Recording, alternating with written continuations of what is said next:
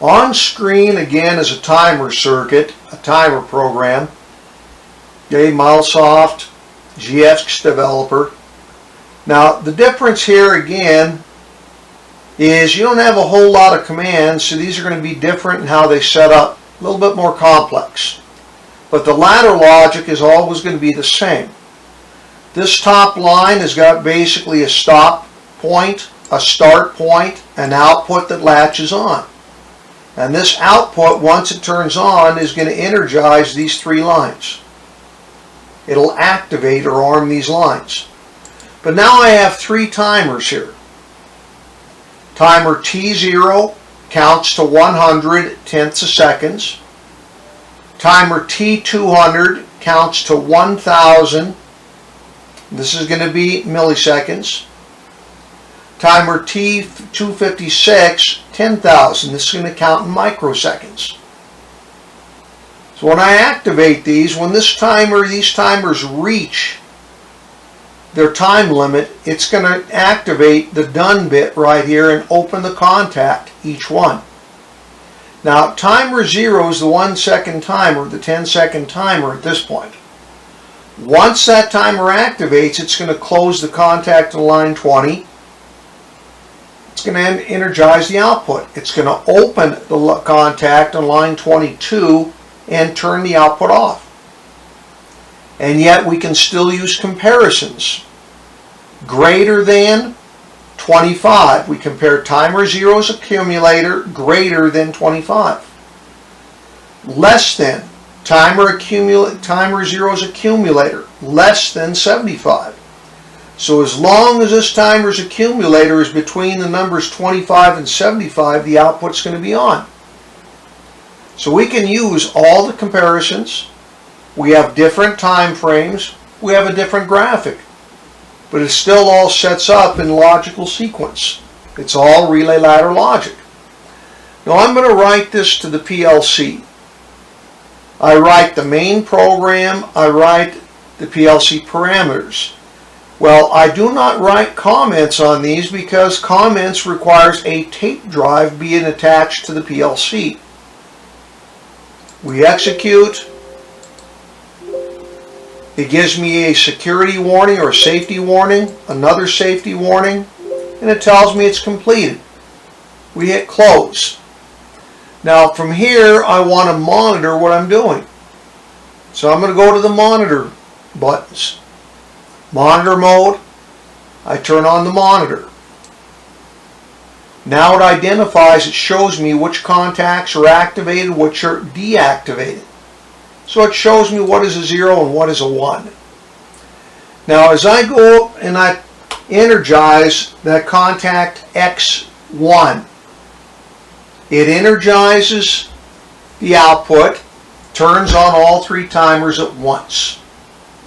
Timer 0 counts to 100. Timer 200 counts to 1,000. And timer 256 counts to 10,000. Well, these timer bits will actually open and reset that timer. It'll reset each one of these, but it only opens for one scan of the PLC. So for that one scan, which might be 1 millisecond, 10 milliseconds, or 100 milliseconds, it's still too fast for the screen to keep up. This T0 right here, this contact is going to close, and this output is going to turn on for one scan. This contact opens, the output turns off for one scan. Kind of hard to see on a basic screen that refreshes at 60 Hertz. But however, now we can monitor right here this range. We set a low limit, we set a high limit, and as long as the numbers are in between those two numbers, the output's on. If they go outside that range, the output's off. So we can use timers with comparisons. We can use timers to turn things on and off, and we got different types of timers and different time frames. Some of the PLC software, you pick the time frame just by typing it in or clicking it. Other PLC softwares, the time frame is based on the number of the timer. Timer 0, timer 200, timer 256. They all have different time frames. And we identify those by going to the help files of the programming. So timers, guys, not as complex as it might be. All PLCs have them. There are different types, and they're very, very similar on everyone's make and model. The next timer is going to be what's called a retentive timer. This timer will retain its count. So just like many of the others, it will require a reset instruction to clear the actual memory of the timer, to reset the timer. We have a start-stop station on the first line. That station turns on the timer. Once the timer times out, it turns on the output. When the timer times out, it turns the output off.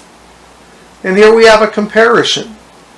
When that timer is between the numbers 50 and 250, the output's going to be on. Okay, it'll reset itself, or I can reset it with an input. Again, the graphics are very similar. Now I'm going to go ahead and write this to the PLC. I write the main, I write the PLC parameters. We execute. It gives me a safety warning. It writes and rewrites the program, gives me another safety warning again, tells me it's done. We hit close. Now when I go to monitor this, here's my monitor. Monitor mode. Again, now it shows me what is activated, what is deactivated. Typically, these are zeros and ones. It's all binary. This input X0 is a 0. I turn it on, that just activated and turned to a 1. I push the button X1. It turns on the output. So now we have all ones. Line 5, the output closed, turn on the timer times. You can see the accumulator right in front of you. When that accumulator hits 150, it's not only going to just reset the timer, it's going to turn on this output for one scan. It'll turn this output off for one scan. Well, not 250, this one's timing to 1000. But we look over here, when that number is greater than 50 and less than 250, the output will be on.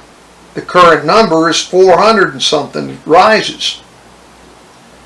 Now when that timer resets, it can reset itself, or I can push the button right there and reset it. Once I reset it, the accumulator resets. Once we reach the number 50, output Y3 turns on. When it reaches the number 250, output Y3 turns off. But now when I stop the timer, look what happens to the accumulator. It retains its count. This is called a retentive timer. So it will not reset until you tell it to reset. So if I go ahead and start the system again, it starts counting right where it left off. If I stop it, it retains its count. So we can have a lot of use for a timer that retains its time frame, especially when it comes to equipment that requires time frames.